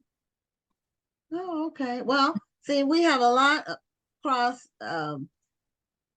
references in Yeah. our biography because I was born at Fort Sam Houston. Oh, see, oh my God. So my dad was in the Army when I was Okay. born. And so I was born at Fort Sam Houston. But then we moved. My parents they both passed away, but North Carolina was where they were from. And so when my dad was stationed in Texas, North Carolina, well, little towns, but Okay. Mebane and Hillsborough. Carolina, Fort Bragg, Fort Liberty, Pope Army Airfield too. So Oh, okay. Yeah, they were near Durham. So that's not. oh yeah, so that's Fayetteville is like an hour away from Durham. Yeah. Yes. But they were, my mom was from Mebane Okay. and my dad was from Hillsborough. Oh, okay. So I We're know both Hillsborough. I don't know the other location though. Okay. And my sister is in Greensboro now. Mhm. She's been there a long time, but she went to Bennett Okay. and my brother-in-law went to A&T. Oh wow. Okay. That's how they met. Got it. Then they moved to Florida for 10 years and they went back to Greensboro. So they've been there since then. It's been a long time. So I Right. spent a lot of time in North Carolina. My daughter went to North Carolina Central. Oh, okay. So yeah, Yes. that's so Yeah. yeah. Our paths have crossed just in general, being in similar places at different Absolutely. times. Yes. Yeah. So was your dad stationed at Langley? He was stationed, he was a Vietnam era veteran. So he was stationed, I believe his first duty station was in Thailand, if I'm not mistaken. He was over there.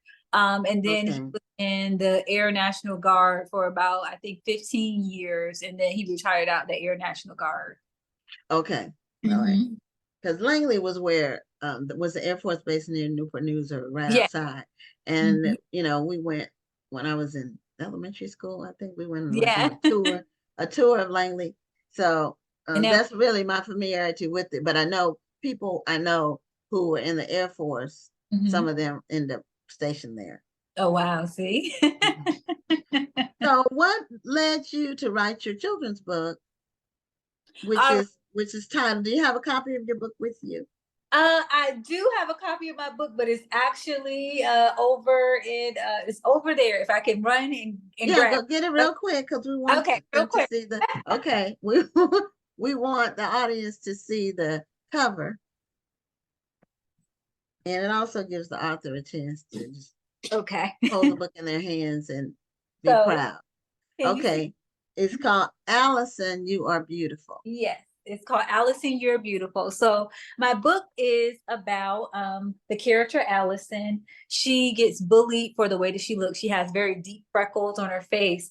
And so she starts getting low self-esteem because she's getting picked on. She's 7 years old. She's not understanding, like, why are people talking about my freckles? Why are they saying I look like a giraffe? Why are they saying I look dirty? And she starts developing low self-esteem. And her mother is like a big pivotal figure in the book. So she teaches her that, hey, you are beautiful just the way that God created you. And then it increases her self-esteem and she learns how to forgive the bully as well. Okay. Now, is this based on some true events or? Yes, it is. Well, but but but I will say, in elementary school, I did used to get picked on for my looks at one point in my life. And my parents, they're in their 70s, so they come from the old school. So I'm telling them, like, daddy, mommy, they're picking on me, and they're just like, ignore it. So, and that generation, they just learn how to tough a lot of stuff out. And, for me, it made my self-esteem diminish. So I'm sitting back, developing low self-esteem, not feeling good enough. And the reason why I wrote the book is because I know when you have like low self-esteem, that it can literally change the trajectory of your life. If you feel low about yourself, you can choose, we tend to choose a lot of things from the level of where our self-esteem is at, where we can choose bad friendships, we can choose bad relationships, we can choose bad career opportunities and other things that we may even self-sabotage. Because let's say if someone said, hey, you know what, Gwen, I want to give you $100. They'll be like, oh, I know I'm okay. And it could be just because you don't feel like you're worthy of getting good things. Yeah, I think, well, I was going to say, I think all of us were picked on for something. Yeah. But no, I think there were some people who were bullies and some people who were bullied. Yeah. And I was the bully. So I used to get picked on because I was little. I was always little. I was skinny. I didn't weigh 100 pounds until I was 25. Oh, yeah. So when I was in school, when I graduated from high school, I think I weighed like 85 pounds, maybe 90 pounds. Yeah. When I went to the Air Force, I was 92 pounds. Okay. And so, in fact, in school, I wrote a paper my senior year in high school, because I was always writing. Writing English was always my best subject. And we had to write a paper about something, about ourselves or something. I don't remember why I wrote it, but I wrote that, in my paper that I was, sad that people would pick on me and call me names. My actual first name is Guinevere. Yeah. And in school, people would call me Skinevere. I mean, it was really, really hurt my feelings, Yeah. So I wrote that in my paper, and then my teacher put a note on the side, and she said, "Don't worry about this, because people pay billions of dollars to get to be your size." So, and she said, "You'll gain weight soon enough, and if you keep living, you do gain weight." Yes, you will. I was telling someone, I said, I think after the age 27, definitely 30, you start getting your grown woman or grown man weight. So I like, just wait, you're going to get the weight that you want. Cause I was very skinny as well. And I used to get picked on for being skinny, even in my adulthood. They'd be like, oh, you need to eat a cheeseburger, or, you need to eat a steak or something. And I used to get picked on for that. And I always want to be a little, let's say, thicker, kind of like how, the video girls and all those people look. I wanted to look like that too. And now I'm kind of like, well, Lord, that prayer that I prayed back then, we can renege on that prayer. Yes, stop the growth. Because I'm okay on it. I enjoy the smaller weight. Yeah, you do get your revenge later on, because the girls who were thick in high school, they're fat now. Yeah. And when I went to my high school reunion, that's when I saw that's when you get your revenge. Because people ask me, how you stay so small? Because I was small to begin with. So I'm bigger now than I ever was. Yeah. But I had the 90 pounds to start with, whereas they were, maybe 130 or 140 to start with. Then you have some kids, and if you don't lose that baby weight, then it can get worse. Yeah, it can get worse. So yeah, what helps with the baby weight, a lot of people don't realize it is breastfeeding. Absolutely. Because I have one daughter, but when she was 3 weeks old, I weighed 105 pounds. Oh yeah. I didn't gain any weight when I was pregnant except baby weight. And I breastfed her, and I went lower than my pre-pregnancy weight, because I think I Yeah. weighed 110 before. But that breastfeeding Oh keeps yeah, pounds off, it sure would. and they waste away. Absolutely. So anybody out there who's pregnant, thinking about having a baby, thinking about it's two really strong benefits from breastfeeding. I'm a breastfeeding advocate. Yeah. I breastfed my daughter till she was 22 months old. Mm-hmm. And that's not common, Yeah, but she was very healthy.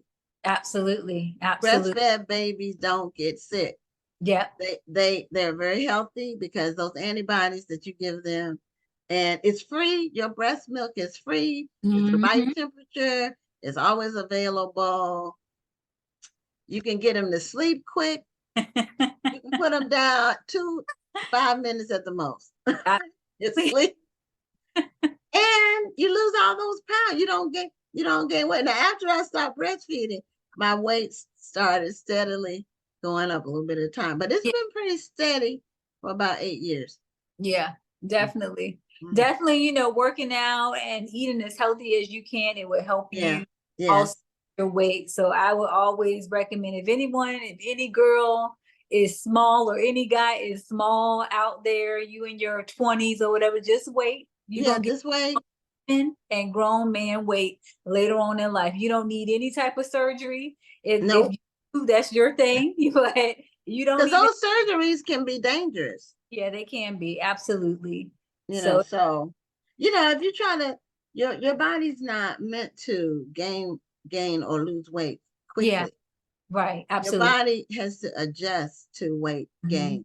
And when you lose the weight fast, several things happen. One is it's hard on your organs. Yeah, Also, your skin sags. yeah, absolutely. And you may have to get So skin surgery, the skin removal surgery, yeah. so then you need more surgery. So Yeah, it's better to just be active, even if you're not going to the gym all the time. Just be active yes, and eat right. Eat yeah. something green every single day. That's Mhm. very important. Uh, So, Allison, you are beautiful. yes. When you wrote the book, when did the book come out? You didn't put that on. The book came out June 2023, actually. Okay, so Yeah, about a year ago. about a year ago. Mm-hmm. Okay. And how have you been promoting the book? Have you gone to schools with it? Yeah, So what have you been I've doing? been to a few schools, and I live in Los Angeles, and I've been to a few schools, and the reception from the kids is just so amazing. Oh my gosh. One of my last schools that I went to, they let me do a big assembly. So I did K through second grade first, and then I did the third to fifth graders. And my book is mostly for kids that are 4 through 8. And Okay. didn't really know like if the third or fifth graders was gonna like it, because I was like, it may be a little bit too much for them, but they were so quiet, they were so attentive, they were asking me questions, they were raising their hands, and they were talking about, because when I go into the book, I always teach them, like all of us look different, all of us are different, and that's pretty much why God made us all different. Because this one little girl told me God made us all different because if we all look the same, we would be born. I said, yes, we would be.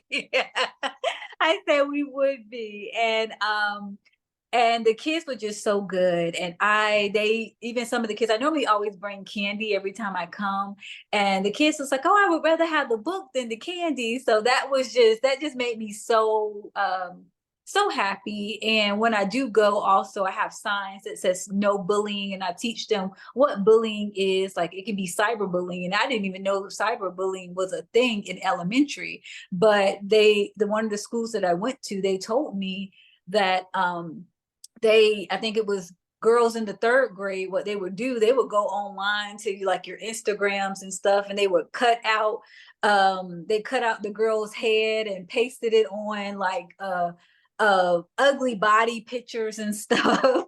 And that's how they were bullying her. And then, the name calling and all of those things. And I was teaching them that, when we say mean things to people, or we're pointing things out that we don't like about somebody, it doesn't make us feel good. and it really does hurt our feelings. And that person could, maybe want to harm themselves because they don't feel like they're good enough. And the kids were really, really like receptive of it, and they really enjoyed it. And I have more schools actually lined up that I'll be doing as well. Yeah, one of the most tragic developments, recent developments, has been young children who commit suicide from bullying. Yeah. I mean, young children, 10, 9, 10, 11 years old. And I'm wondering how do they even know about suicide? Yeah. And then and I don't want to, I'm sure the parents are in pain. Yeah. But I'm just wondering how the parent didn't notice something happening with their child.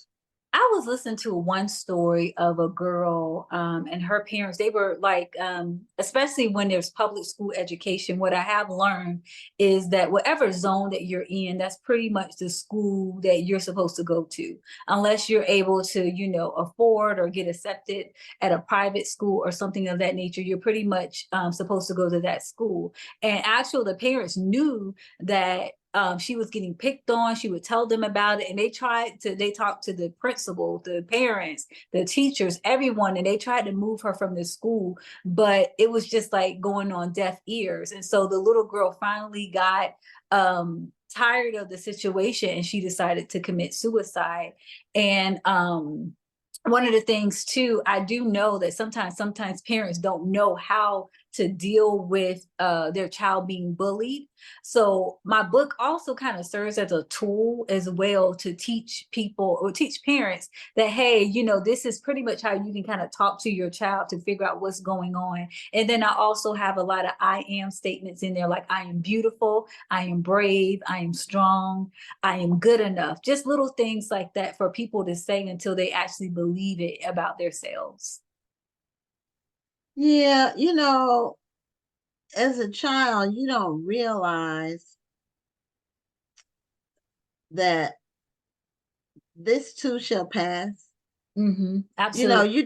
You don't realize that next year this won't even be a thing, or it won't be important, or next month even. Right. The future is going to be different. You don't know that when you're a kid because you just know what you're dealing with right then.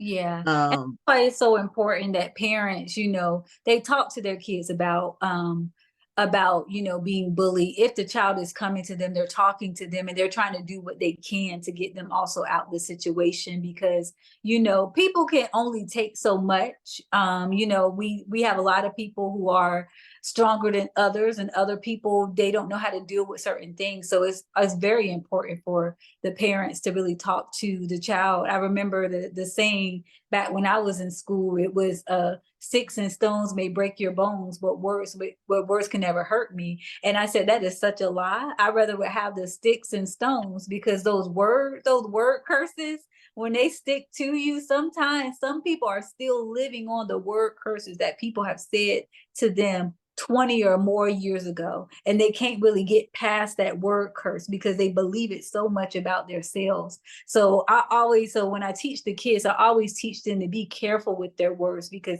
our words really can hurt people so badly.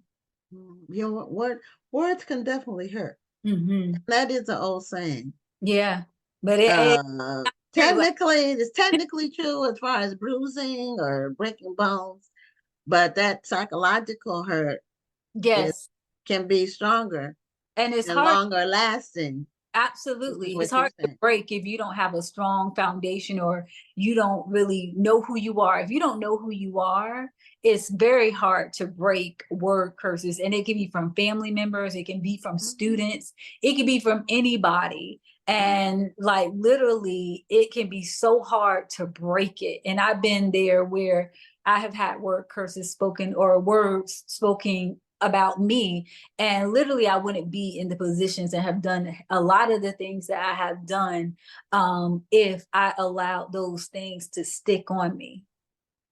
Yeah, that's true. I hadn't really heard it put like a word curse, but I know some people, like, for example, grow up in a home where they're not encouraged.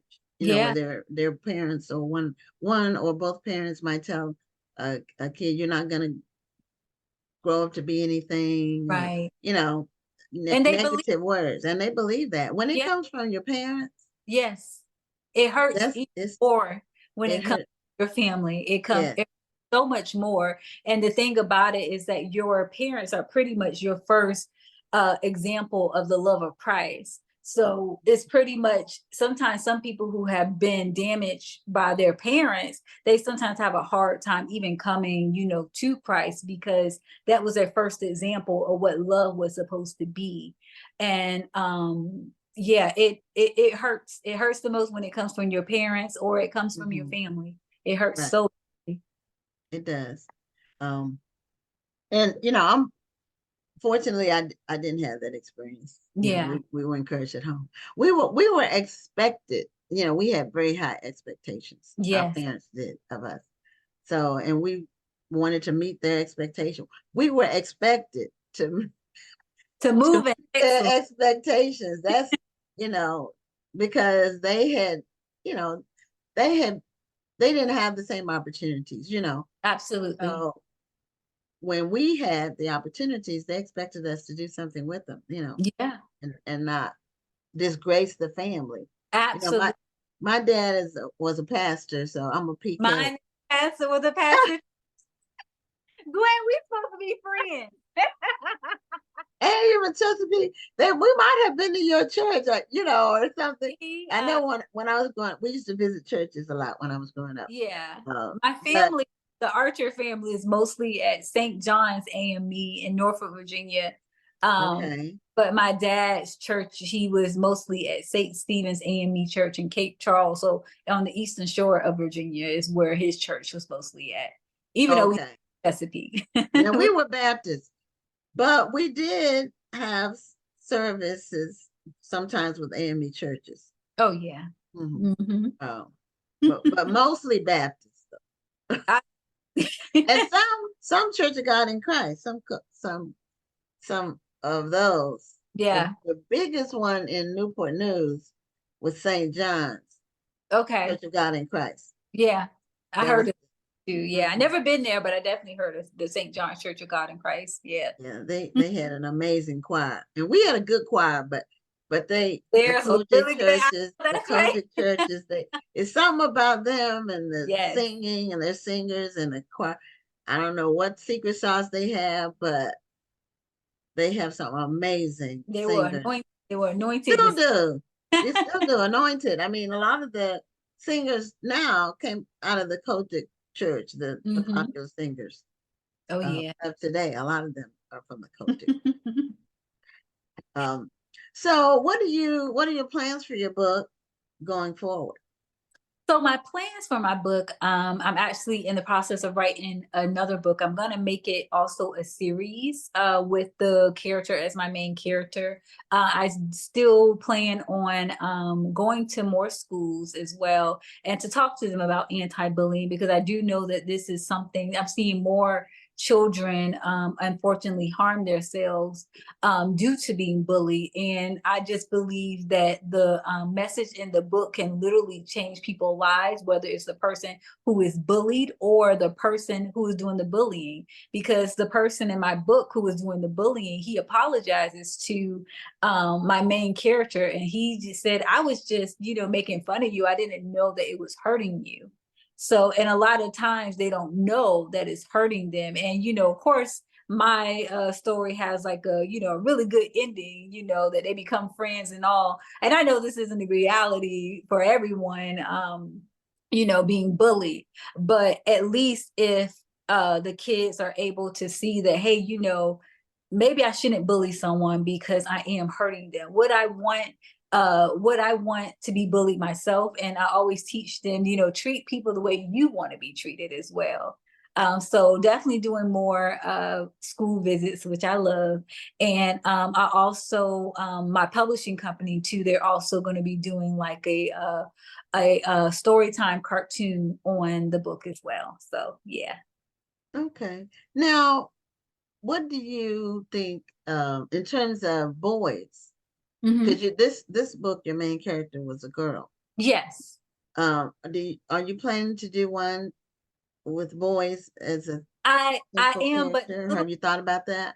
I am. And the boy, the person in the book who's doing the bullying is a he, actually. So I'm not just trying to say that little boys, unfortunately, are only ones picking on the girls or anything like that. Because No, because there's some mean girls out there. absolutely. So the boys get picked on too. So when I'm actually doing the school visits, it's a mixed co-ed crowd, and the boys were the ones who were actually more engaged in the book. They were the ones who were more engaged. They were the one who were, telling me about, they were picked on by someone and how it made them feel. And they were telling me they actually liked the book because it helped them to be able to deal with some of the things that they were dealing with. And they really love a lot of the I am statements. Instead of saying I am beautiful, they can say I am handsome, So, just change it up.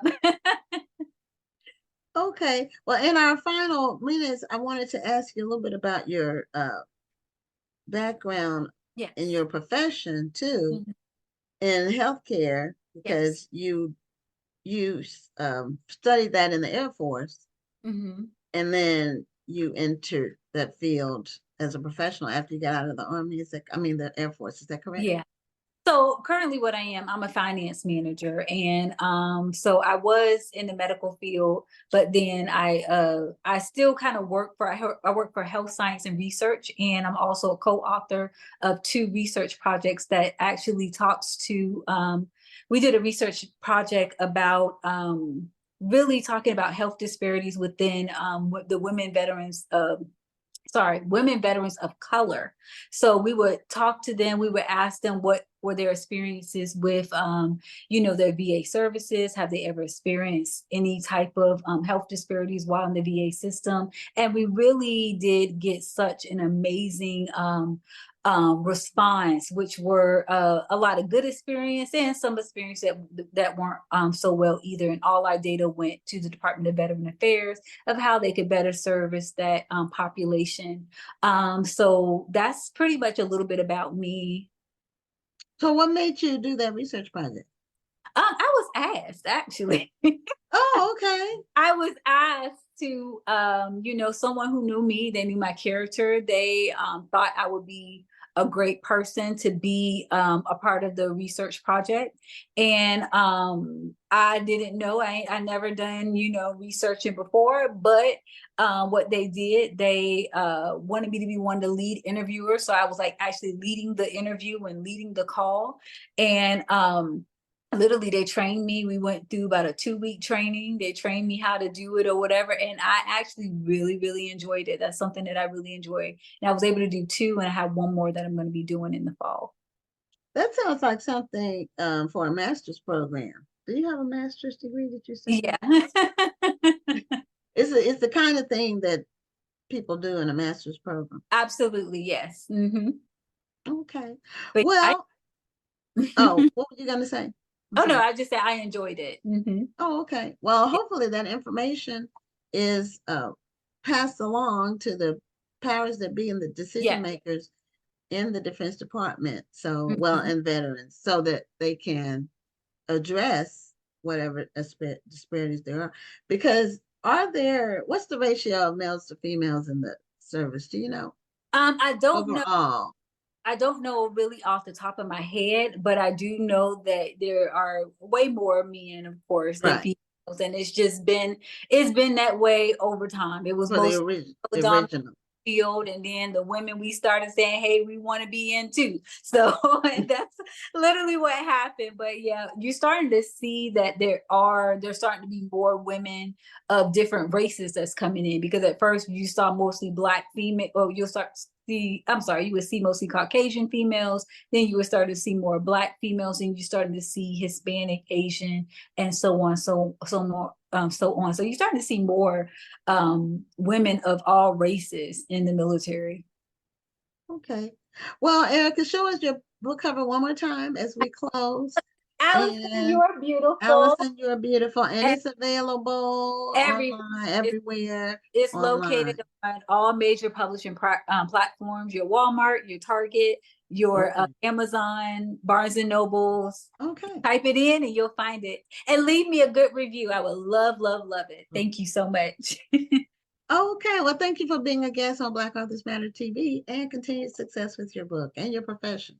Thank you so much, Gwen. You have a wonderful day. Okay. You too. Bye. Well, everybody, that is the end of this week's show. We are only a little bit more than 2 weeks away from the 2024 National Black Book Festival, and we hope to see all of you, or as many of you who can, there. I'm Gwen Richardson, your host for tonight, and we will see you next Tuesday on another episode of Black Authors Matter TV. Thank you for tuning in, and join us next Tuesday at 7 p.m. Central, 8 p.m. Eastern for another edition of Black Authors Matter TV.